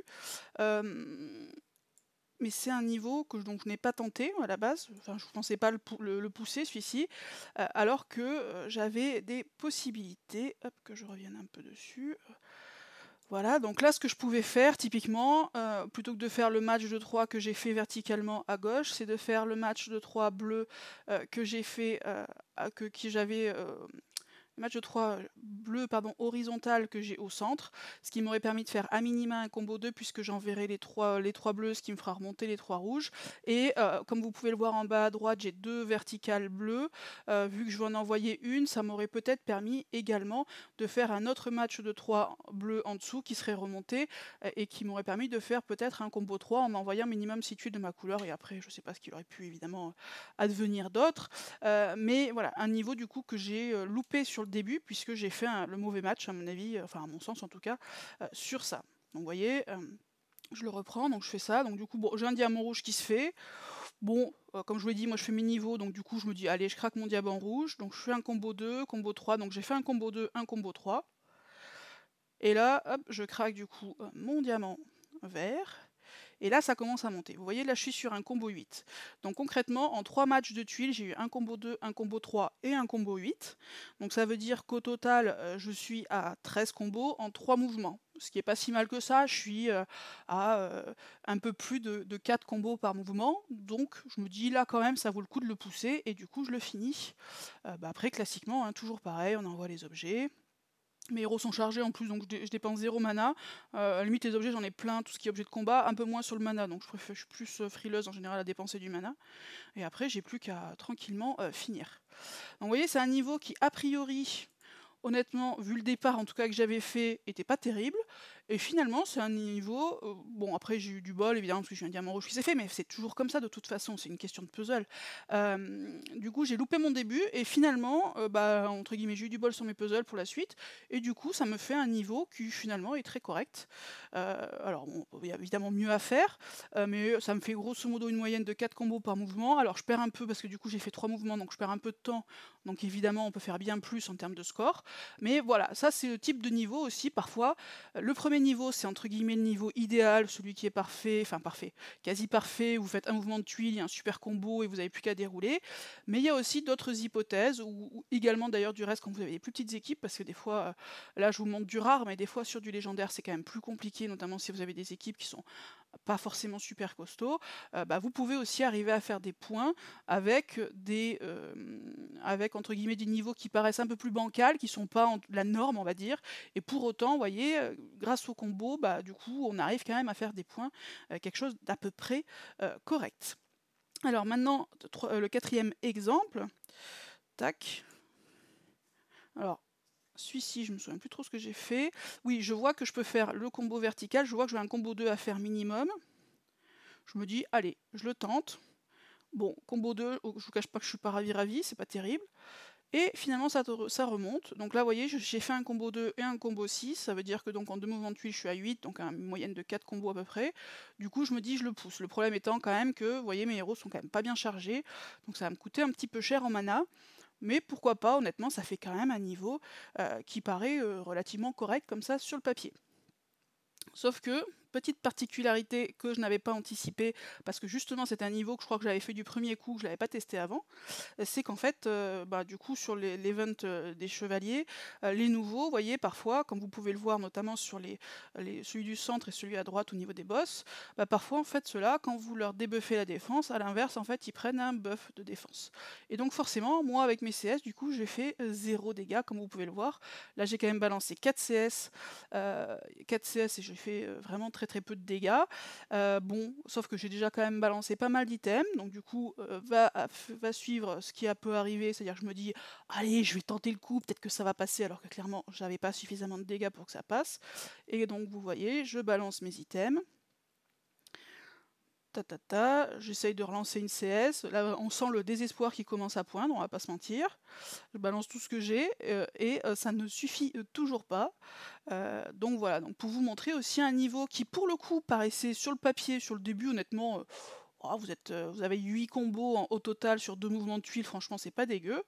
Et en fait, comme je n'ai pas testé mon niveau, et du coup j'avais quand même besoin notamment de plus de mana, de plus d'objets, etc., enfin surtout de mana pour pouvoir lancer davantage mes CS, du coup c'est un niveau que j'ai tenté, et comme je n'étais pas arrivé jusqu'au boss, j'avais pas vu la difficulté, et arrivé sur les boss, du coup, concrètement, c'est un niveau qui finit finalement loupé, parce que justement je ne l'avais pas testé, et donc je ne savais pas enfin je l'avais lu rapidement, parce que j'avais regardé un peu dans le portail, mais j'avais pas notamment compris, enfin, comment dirais-je, perçu concrètement ce que ça allait changer au niveau notamment des boss, à savoir que du coup ils prennent vachement moins de dégâts s'ils ont un buff de défense, et donc du coup j'aurais dû notamment, moi, garder davantage de mana, c'est-à-dire me dire que vu que mes héros étaient pas chargés, ça allait pas être suffisant au niveau des boss, et du coup potentiellement lâcher ce niveau. Bon, après je l'ai tenté, honnêtement sur la fin ça se voyait, une fois que je suis arrivé au boss et que j'ai vu que je leur faisais 0 dégâts, là clairement j'aurais dû m'arrêter parce que ça se voyait que j'avais pas suffisamment en stock pour pouvoir finir ce niveau. Donc voilà, un niveau complètement raté. Vous voyez, j'ai gaspillé tous mes items pour concrètement un score qui est pas bon, donc c'était clairement un niveau à refaire. Donc voilà un niveau raté, c'est bien aussi de les voir. Qu'est-ce que j'ai ensuite à vous montrer ? Ah oui, alors ce niveau, la petite particularité, comme vous pouvez le voir, je suis à 7 petites popos de mana, et en fait je lance mon niveau, et je m'aperçois que je suis à 7 petites popos, d'où l'intérêt aussi d'anticiper un peu les choses, et de ne pas faire comme ce que j'ai fait justement. Et là du coup, au moment où je clique en fait pour lancer le truc, je vois 7 petites popos de mana, je me dis merde, je vais pas pouvoir le finir, et évidemment toujours dans ces cas-là, c'est là où vous avez un puzzle qui ma foi est quand même pas dégueu, mais comme du coup j'ai pas suffisamment de mana, je me dis je le tente pas. Bon, bah voilà, et évidemment, c'est évidemment quand vous le tentez pas, c'est-à-dire que du coup, vous voyez, j'ai pas lancé mon partage de dégâts, bah c'est bien dommage parce que j'étais à un combo, je sais plus, 5, voilà. Combo 5 en un mouvement de tuile, concrètement j'aurais tué tous les monstres en face, et j'aurais pu dérouler mon niveau. Donc vous voyez, comme j'étais un peu en manque de mana, je me suis dit, ouais, non, je le tente pas, et voilà. Donc du coup, clairement, un niveau que j'aurais pu essayer de pousser, essayer de scorer. Bon, là, je vous cache pas que j'ai un peu les boules et je me dis, allez, je vais quand même le tenter parce que j'ai eu un joli combo avec un peu de chance. Je voyais bien que je pouvais faire quand même un peu de combo en dessous, ça peut marcher. Et donc, quand même, c'est pas dégueu ce que j'ai fait puisque derrière, j'arrive à faire un combo 4 avec mes CS du coup qui sont chargés. Bon, je me dis, je vais essayer de le pousser quand même parce que franchement, c'est quand même pas trop mal comme niveau. Donc là, vous voyez que les adversaires ont encore un peu de vie, mais pas de souci, je balance une petite flèche, y a pas de problème. Hop. Et après, toujours pareil, on déroule. Donc, je balance mes haches. Parfois, les haches sont peut-être pas forcément suffisantes, n'hésitez pas, ou les météorites, du coup, vous cumulez un peu les objets. Là, je suis obligé de recharger évidemment mon Gunnar avant de lancer. Tac, tac, tac. Et voilà. Hop. Ça, oui, alors ça c'est très important en fait, enfin c'est très important. Moi ça m'est arrivé à plusieurs reprises, donc vous voyez c'est un niveau mineur 1 qui est en 46 secondes malheureusement, parce que du coup si j'avais lancé mon partage de dégâts au début, bah, j'aurais fait bien mieux, mais c'est un niveau qui reste quand même assez correct. Bon, vous ferez pas 2,4 millions avec un niveau comme ça, mais honnêtement vous ferez un joli score malgré tout. Ça c'est un petit truc que je vous dis aussi, moi ce que je fais systématiquement, parce que ça m'est déjà arrivé de balancer toutes mes CS, parce que j'avais testé mon niveau et je savais que normalement mes CS allaient tuer les boss, très bien, et de me dire chouette c'est bon, mon niveau est fini, de relever les yeux et de voir qu'il y avait quelqu'un qui restait un micro-poil de vie. Donc maintenant, ce que je fais systématiquement, même quand je pense que mes CS sont largement suffisantes pour tuer les boss, je clique sur les objets de combat, style hache, météorite ou autre, pour si jamais il reste un pouillème de vie à un boss, pour pouvoir le tuer. Parce que des fois, bah, sinon, vous perdez quelques secondes précieuses. Donc en fait, je balance mes CS et après, mon doigt va directement sur mes objets pour balancer un ou plusieurs objets si nécessaire, rapidement, sans attendre en fait de voir ou pas de me rendre compte, parce que des fois ça peut arriver de pas s'en rendre compte tout de suite, qu'il reste encore un petit peu de vie à quelqu'un. Donc ça c'est un petit tips, si vous reste des objets, n'hésitez pas à avoir le doigt dessus sur la fin, potentiellement ça vous servira à rien. De toute façon, si les ennemis sont morts, ben, de toute façon l'objet sera pas lancé, donc on ne perdrait rien. Mais si jamais il reste un pouillème de vie, parce qu'on sait bien qu'il y a une partie de RNG, y compris sur les dégâts, donc parfois vous allez faire un peu plus de dégâts, parfois un petit peu moins, donc ça permet du coup de pallier éventuellement des CS qui seraient un petit peu moins fortes, parce que la RNG aura fait qu'elle sera un peu moins forte, et du coup là où le niveau juste avant vous aviez fait une tentative et ça avait marché, et là cette tentative là, parce que la RNG a fait que ça n'aurait pas marché si vous n'avez pas mis l'objet. Donc n'hésitez pas, enfin moi en tout cas c'est ce que je fais. Après, encore une fois, je suis peut-être pas un modèle, mais quand j'ai balancé mes CS et que normalement je pense que c'est fini, je mets quand même j'essaye de mettre des objets au cas où pour finir plus vite. Donc vous voyez, ça c'est un niveau donc avec un score, je sais plus combien j'ai fait honnêtement, et puis je me souviens plus en plus de combien chaque niveau devrait faire, mais vous voyez je suis à 50 secondes, c'est un niveau qui du coup est correct, mais qui concrètement aurait été bien meilleur tout simplement si j'avais chargé mon debuff de dégâts, parce que là j'étais sur un combo 5, honnêtement c'était un joli niveau, j'aurais pu tranquillement le finir. Là du coup j'ai dû faire un mouvement supplémentaire, ça m'a gâché un petit peu mon bonus de combo, et au-delà de ça, ça m'a fait perdre du temps. Donc voilà. Donc ça, c'est vrai que le partage de dégâts au début, c'était pour vous montrer un petit peu ça. Comment le partage de dégâts au début, bah, c'est quand même vachement efficace.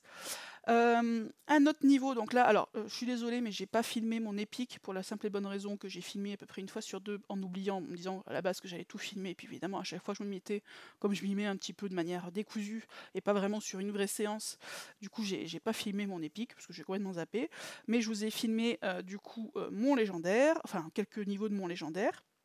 Donc là, hop, vous allez voir du coup concrètement que je reprenne un peu le cours, de préférence comme ça qu'on voit un peu le puzzle. Donc là, qu'est-ce que je vois immédiatement? Je vois que, forcément il est assez visible, hein, celui-là on ne pouvait pas trop le louper, je vois qu'en faisant le match de 3 tuiles jaunes horizontales, ça va me faire un diamant rouge, donc bon bah là il n'y a pas trop à réfléchir quand même, vous faites un diamant rouge sur un combo, bon ça vaut le coup de tenter en fait de charger quand même votre partage de dégâts des buffs de défense. Donc moi dans mon équipe, actuellement dans mon équipe légendaire, c'est Ilmarinen. Alors vous pouvez voir que dans mon équipe j'utilise une soigneuse, ingénieuse, parce qu'en fait elle fait un boost d'attaque et un boost de critique. Clairement, pour vraiment scorer, moi c'était plus par confort, parce que je savais que c'était pas quelque chose que je voulais pousser énormément. Clairement, je l'ai mise par confort. Si vous voulez vraiment scorer, en fait, il faut l'enlever. Et par exemple, vous pouvez mettre un Kagan. Moi, c'est ce que j'aurais mis, par exemple, entre mon Collen C2 et mon Khufu. J'aurais mis un Kagan sans costume, qui pour le coup est pas mal aussi. Là je l'ai mise en fait vraiment par confort, parce que l'event était mine de rien assez difficile et j'avais pas envie de refaire 100 000 fois les niveaux, sachant que bon, de toute façon je voulais pas faire du top score, donc je l'ai mise par confort, mais honnêtement c'est pas forcément toujours enfin c'est pas nécessaire si vous voulez vraiment bien scorer et que vous avez une équipe adéquate pour ça. Donc du coup là je lance, vous voyez, hop, tac, donc mon combo comme j'avais mis. Et là, bah voilà, comme je vous l'ai dit, parfois ça match, parfois ça match pas. Donc encore une fois, vous faites des tentatives, hein. Après le puzzle il vient ou il vient pas. Là vous voyez, je suis sur un combo 2, ce qui est quand même assez bof. Je me dis, allez, je claque mon diamant, ça va peut-être du coup, comme on envoie un peu plus de tuiles, ça peut faire remonter et faire davantage de combos. Tac. Et pas mieux, puisque je suis sur un combo 1. Bon, après je me dis, allez, on va le finir quand même, parce que bon, j'ai déjà claqué un peu de trucs. Mais vous voyez, ça c'est un niveau qui est franchement bof, parce que finalement, j'ai fait un combo 2, un combo 1 en 2 mouvements. C'est pas un niveau en fait où vous faites beaucoup de points, quoi. Donc, vous voyez, bon, je termine mon truc, très bien. Je sais plus à combien je l'ai fini ce niveau. Alors c'est pas dégueu comme score, c'est pas le problème, mais clairement c'est un niveau où vous avez de la marge de points. Enfin en tout cas moi j'avais de la marge de points. Vous voyez, c'est un niveau qui est à 74. Je suis allée regarder. Alors le problème c'est que j'ai pas screené mes scores finaux, parce que j'ai poussé un peu au fur et à mesure, puis notamment à la fin parce que on faisait la course avec quelqu'un de mon équipe, donc du coup j'ai poussé un peu des niveaux à la dernière minute. D'ailleurs si tu me regardes, tu sais de qui je parle. Sache que je te déteste, puisqu'il il m'a dépassé de 1000 points, je crois, à la dernière minute de l'event. Donc il m'est passé devant, mais c'était rigolo, honnêtement. Bref, donc c'est un niveau qui est à 74K. Donc j'ai regardé mes tout premiers screens, et vous voyez, le niveau étape 4, j'étais à 72K. Là, je suis à 74. Donc clairement, c'est un niveau qui est à refaire, où je peux facilement gagner 5K, je pense. Mais pour vous montrer que, vous voyez, un niveau qui paraissait, le début paraissait quasi idéal. Vous faites un combo, il y a un diamant rouge, ben, vous dites super. Bah, au final, si vous n'avez pas les combos qui se font derrière davantage, ben ça fait pchit, et vous avez un niveau qui est pas, qui encore une fois est très correct, hein, c'est pas le problème, mais qui pourrait être bien mieux moyennant un peu plus de combos, parce que pour le coup j'ai fait un niveau qui était assez rapide et autres. Pour autant, comme je manque de combos, c'est pour vous montrer aussi l'importance des combos, comme je manque de combos, c'est un niveau qui au final rapporte pas énormément de points. Après, j'ai encore 2 niveaux à vous montrer. Alors, hop, du coup, le voilà, le premier. Là, en fait, c'est cette attaque-là et la suivante, c'est le même niveau, à savoir le dernier niveau du légendaire. Pour vous montrer, en fait, ce que ça fait quand on force un niveau et quand on le fait vraiment correctement. Ce niveau-là, c'était le dernier du légendaire. Pour être honnête, j'ai mis beaucoup de temps, mine de rien, à le finir, cet event, parce que justement, je mourais très souvent. D'habitude, je fais une première passe, où je passe mes niveaux. Certains sont bons, mais en général, ils sont plutôt tous moyens, finalement, parce que vous avez rarement, en faisant une seule passe, un super puzzle. Là, sur cet event chevalier-là, qui était un peu plus difficile, bah, du coup, j'ai fait autrement, mais entre guillemets, forcé, parce qu'en fait, quand j'avais un puzzle vraiment pas très bon ou moyen, bah, ça passait pas, tout simplement. Donc du coup, je pouvais pas passer mon niveau juste en faisant un score moyen. Je faisais soit un bon score, enfin soit un score quand même très correct, soit j'arrivais pas à faire le niveau. Donc c'est du coup ce qui fait que en fait je l'ai fini tardivement. Je crois que ma première passe, je l'ai fini samedi, peut-être l'après-midi. Alors pour vous donner une base de comparaison, le précédent event, donc des mousquetaires, je l'avais fini ma première passe vendredi matin ou quelque chose comme ça, parce que du coup j'avais enquillé les niveaux, sans mettre de popo, hein, je parle. J'avais gardé évidemment mes énergies mondes, mais en fait je passais les niveaux se passaient, même si c'était pas bon en termes de score, on pouvait les finir. Là vraiment je trouve que si vous n'avez pas un minimum de puzzle, bah, vous les finissiez tout simplement pas les niveaux. Donc ça m'a obligé finalement, en fait, au lieu de faire une première passe à chaque fois, à faire une attaque par niveau, du coup certains niveaux en fait j'ai dû les faire plusieurs fois, pour pouvoir les passer et à force de faire plusieurs fois, du coup des fois j'avais un bon puzzle et entre guillemets je faisais du coup un score, plutôt correct, immédiatement quoi. Mais voilà, donc pour vous dire mon état d'esprit à ce moment-là et du coup pourquoi j'ai forcé, mais à la limite vous vous en fichez finalement. Mais, j'arrive donc là c'est le 10 du légendaire, j'en ai marre et j'ai envie de finir. Non je crois même que c'était samedi soir de mémoire et j'ai envie de le finir, pour voir un peu où j'en suis et savoir si je pousse un peu plus ou pas. Et donc j'arrive là et j'ai envie d'en finir. Vous voyez, bon, c'est quand même pas fifou. Je vois que, là, vous voyez, déjà j'aurais pu faire un combo sans rouge, mais bon, un combo quand même. Vous voyez, là j'ai un combo que je compte mes combos, parce que du coup je les ai pas comptés. Voilà, donc je vois pas grand chose, même si j'aurais pu faire mieux je pense au démarrage. Donc là je fais 1, enfin pas de combo quoi, là j'ai un combo 2, bon super, donc ça part quand même pas très bien. Là je suis sur un combo 2 encore, donc j'ai 1, 2, 2, donc vraiment c'est pas terrible. Bon, du coup j'essaie de dérouler comme je fais toujours sur mes niveaux, et puis là je vois un diamant, forcément que je peux pas louper quand même, un diamant rouge. Je me dis, oh, allez, comme ça je le finis ce niveau et voilà. Et du coup, j'essaye de le forcer, alors que clairement, c'est un niveau qui était pas bon, soyons très clairs. J'ai fait 0 combo, je suis à je sais pas combien de matchs de tuiles, j'ai déclenché le piège, enfin les pièges de feu là. Enfin, clairement, voilà, c'est pas. Vous voyez, là, je fais un combo 2, honnêtement, je fais 0 combo.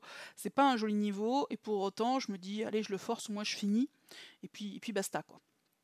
En plus, vous voyez, je ne l'ai pas testé avant, donc par exemple là, il fallait non seulement les 5 attaques dragons, mais plus une météorite pour passer la vague, ce que je ne savais pas, donc je mets un peu de temps du coup à le faire. Là, idem, je sais pas trop ce qu'il faut, bon, je me doute bien qu'il va falloir quand même que je lance au moins 2 fois mon coup fou pour passer. Vous voyez, sur les météorites, je pensais que c'était bon, finalement c'est pas bon, j'en rajoute une, enfin bref, on voit que c'est poussif quoi. Et vous voyez, en termes de score, donc je suis à 108, à peu près 108 000 sur l'étape 10. Vous allez me dire, c'est bien, honnêtement, c'est pas fifou, enfin, c'est correct, encore une fois, mais c'est pas extraordinaire pour un niveau 10 de légendaire, où c'est là quand même où vous faites beaucoup de points normalement. Donc vous voyez, ça c'est un niveau qui clairement, je l'ai forcé. J'avais pas de combo, j'avais rien en fait enfin comment dirais-je, je l'ai fait parce qu'à un moment j'avais un diamant rouge qui était faisable, mais clairement j'avais pas en fait de quoi faire vraiment un bon niveau, mais j'en avais marre, j'ai envie de le forcer et de le passer, donc j'ai dépensé des items pour un score finalement qui est pas terrible. Voilà maintenant ce que ça donne le même niveau, alors sachant qu'en plus j'ai cafouillé au début, donc je perds un peu de temps au début parce que en fait je suis en train de me demander si ça filmait oui ou non, donc j'ai checké en même temps, bon bref, ça c'est les cafouillages de quand je filme. Du coup, je perds un peu de temps, mais pour vous montrer, on va dire, la même chose en, du coup, un vrai niveau, correct. Et encore, je pense que j'aurais pu faire un meilleur départ. Je fais le diamant rouge, alors que je pense que j'avais mieux à faire en faisant plutôt un autre combo. Mais bon, là, j'ai un combo 2. Je vois qu'en claquant mon diamant rouge, ça va me faire forcément un autre combo 2 minimum. Vous voyez, là, je suis sur un combo 3, un combo 4. Donc du coup, je suis sur un... Vous voyez, c'est pas fifou finalement en termes de combo. J'ai un combo 2, un combo 4. Mais du coup, ça me fait une moyenne quand même de 3 combos par mouvement. Finalement, j'ai fait que 2 mouvements de tuiles, donc je suis relativement rapide. C'est pas extraordinaire comme niveau, mais quand même c'est pas trop mal. Du coup, quand même, je cherche à le finir, parce que je me dis quand même que je suis pas mal parti, sachant que c'est le 10 en plus, donc il est un peu plus difficile que les autres. Et donc là, vous voyez, je suis déjà plus optimale parce que je sais aussi quels objets je dois envoyer. Là, je sais que je dois relancer mon coup fou, que je dois balancer 3 météorites minimum. Donc vous voyez, je balance, ou peut-être plus d'ailleurs, voilà. Donc vous voyez, ce niveau-là, exactement le même niveau, je suis à 124. Vous voyez la différence entre un niveau forcé au début où j'avais pas le puzzle pour, j'ai cramé mes items, bon très bien, je l'ai fini, ok, et un niveau où pour autant il n'est pas extraordinaire non plus, sincèrement, avec un peu plus de combos. Notamment si j'avais changé mon début, parce que le début j'ai fait le diamant rouge parce qu'il me paraissait évident. Je me demande si j'avais... Après, on ne sait jamais ce que ça va faire, mais vous voyez, par exemple, j'aurais tout aussi bien pu faire le combo de 3 bleus verticales qui m'aurait fait comboter ensuite des tuiles rouges. Ça aurait pu aussi me faire quelque chose derrière, quoi. Enfin, je pouvais aussi faire les 3 vertes à droite, horizontales, qui m'auraient fait remonter les 2 rouges en dessous. Ça m'aurait fait un dragon rouge. Enfin bref, j'avais différentes possibilités. Je pouvais faire aussi les 3 bleus ou les 3 vertes, du reste c'était pareil. Enfin bref, j'avais plein de possibilités sur ce puzzle. J'ai choisi de faire le diamant rouge. C'était peut-être pas le plus optimal, parce que faire un diamant de sa couleur, c'est pas forcément le plus optimal. Parfois, parce que on fait un diamant, certes, mais du coup, on fait pas de combo.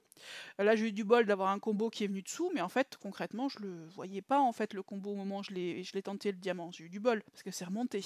Alors que là, vous voyez, j'ai différentes possibilités où j'aurais pu être sûr de faire au minimum un combo 2. Mais pour vous montrer la différence, je voulais montrer ce niveau-là, ce dernier niveau, où mine de rien, donc je crois que j'ai fait 108 de mémoire sur le premier, 124, donc du coup, j'ai une différence, si je dis pas de bêtises, de 16K à peu près. 16K, vous voyez, entre un niveau forcé et un niveau qui aurait pu être mieux, mais qui est quand même très correct, là où j'ai joué correctement mon niveau avec les combos, bref, j'ai attendu d'avoir le puzzle qu'il fallait. C'est pour ça que forcer, honnêtement, c'est pour ça que vous allez gaspiller des items, parce qu'en fait, vous allez rester sur des scores moyens, sans forcément comprendre du reste pourquoi, parce que finalement, parfois, vous allez vite en balançant les objets. Mais si vous n'avez pas les combos qui vont avec, et ben, du coup, vous n'allez pas monter en points. Donc voilà, je voulais vous montrer aussi ce niveau-là, un forcé un peu bêtement, et un à peu près réussi, même si encore une fois, finalement, j'ai pas eu énormément de combos, mais ça a suffi. J'en avais quand même un petit peu, et puis c'est le niveau, encore une fois, c'est le dernier niveau légendaire. Mais vous voyez, avec un peu plus de combos, c'est clairement un niveau. Alors celui-là, je l'ai pas refait, mais c'est clairement, je pense, un niveau où j'aurais pu, par exemple, grappiller peut-être encore 10K avec un chouille plus de combos au début, avec un bon puzzle évidemment, mais avec un chouille plus de combos au début. Mais voilà, pour vous montrer la différence entre un niveau forcé et un niveau joué, on va dire, un peu plus classiquement. Voilà, donc c'est pour ça que je voulais montrer ces différents exemples, un niveau entre guillemets à peu près idéal, des niveaux un peu plus bancals finalement mais qui fonctionnent, un niveau complètement loupé, où j'ai balancé tous mes items, ça ne servait à rien, un niveau forcé que je finis avec un score à peu près potable mais pas extraordinaire, un niveau un peu plus, du coup le même niveau réussi, voilà. C'est pour vous montrer un peu les différentes choses parce qu'on voit souvent que le meilleur, et bon, faut quand même le dire, hein, je suppose, après je suis pas avec eux quand ils jouent, mais je pense que même les tout meilleurs, ben, ils se loupent aussi, hein. Je veux dire, il y a des niveaux qu'ils voient pas forcément, des combos qu'ils voient pas forcément, des niveaux peut-être qu'ils essayent de pousser mais qu'ils n'y arrivent pas, mais voilà, pour vous montrer que c'est ça aussi le scoring. Non, on fait pas tout bien tout le temps, mais c'est pas grave parce qu'en fait on relance et du coup on a, entre guillemets, quasiment pas des chances illimitées parce que, encore une fois, vous êtes limité en ressources, mais c'est la possibilité de faire mieux à chaque fois. Et finalement, c'est ça qui est agréable aussi sur le scoring, sous réserve, encore une fois, d'être un petit peu persévérant et de ne pas se laisser décourager, parce que ça, c'est le danger. Et c'est ce qui fait, je pense, que c'est quelque chose qui n'est pas très répandu, outre que je pense que les gens ne savent pas forcément comment faire aussi tout bêtement. Mais voilà, avec de la persévérance, honnêtement, même avec des équipes qui sont pas... Alors moi j'ai de bonnes équipes, hein, mais même avec des équipes qui sont pas forcément folles, vous pouvez facilement, encore une fois, facilement, enfin, très correctement. Nous on a des free-to-play, moi j'ai un free-to-play là sur le dernier. Sur le dernier on n'avait pas demandé, on voulait juste s'entraîner, donc on avait demandé 1,9 million juste pour voir un peu si les gens y arrivaient, s'ils avaient un peu qu'ils en avaient sous la pédale ou pas. Bon, mais moi j'ai un free-to-play qui est arrivé à plus de 2 millions, honnêtement avec un deck quand même pas fifou, qui est arrivé à plus de 2 millions et qui avait encore qui en avait encore sous la pédale, alors qu'il vraiment il n'a pas un deck de folie, quoi. Donc c'est très faisable, encore une fois, sous réserve d'un peu de patience, d'un peu de persévérance, de quelques items, et puis surtout un peu de technique, quoi. Encore une fois, si vous partez avec une équipe qui n'est pas bonne, qui n'est pas correctement composée, si vous n'avez pas la bonne méthode, vous n'y arriverez jamais. Vous considérez que vous n'avez pas... En général, ce qu'on entend, c'est « Ah, mais j'ai jamais de puzzle, j'ai jamais de puzzle ». Non, en fait, c'est des fois, vous pouvez avoir tout le puzzle du monde, si votre équipe n'est pas adaptée, si votre technique n'est pas là, au final, malheureusement, ça ne se verra pas sur le score. Et inversement, vous pouvez avoir une super équipe aussi, si vous n'avez pas la technique, vous n'allez pas forcément y arriver non plus. Donc voilà, c'est un mélange d'un petit peu tout ça, mais honnêtement, je pense que ça reste accessible finalement à un grand panel de joueurs, un plus grand panel en tout cas que ceux qui le tentent. Voilà, donc c'est pour ça aussi que je voulais faire un petit peu cette vidéo, ça, et puis pour mon équipe aussi tout simplement, de manière beaucoup plus égoïste.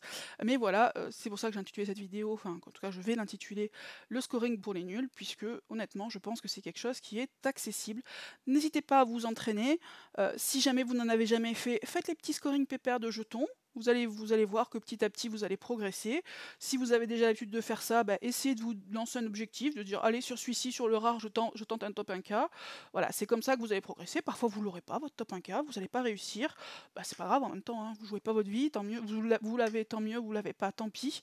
C'est aussi comme ça qu'on progresse, parce qu'encore une fois, c'est avec l'expérience aussi qu'on sait quand, enfin, vous voyez, comme des fois, moi, je me loupe, hein, bon, après, j'ai pas une expérience de dingue non plus, mais qu'on sait quand est-ce qu'on peut essayer de pousser un niveau, quand est-ce qu'on ne peut pas, est-ce que ça va vraiment faire des points, est-ce que ça va pas faire de points, voilà, c'est aussi comme ça, c'est en s'entraînant en fait, c'est comme pour tout, hein, rien ne résiste à l'entraînement, bah, c'est pareil pour le scoring, donc n'hésitez pas.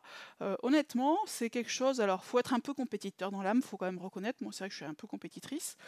Si vous êtes un petit peu compétiteur, ben franchement, en plus c'est quelque chose où enfin, vous êtes certes en compétition avec les autres, mais moi je trouve que vous êtes surtout en compétition avec vous-même. Parce que vous essayez d'améliorer vos scores finalement, même si après vous comparez évidemment, vous essayez d'être dans des tops et donc d'être meilleur qu'un certain nombre de joueurs. Moi je le prends plus à titre perso parce que c'est plus ma façon de fonctionner, mais voilà, de me dépasser, d'arriver à faire plus, d'arriver à grappiller des points. Si vous êtes un peu compétiteur, franchement vous pourrez, je pense, y prendre goût. Bah voilà, j'espère que cette vidéo vous aura été utile et sur ce, souhaite une bonne fin de journée. Ciao les amis!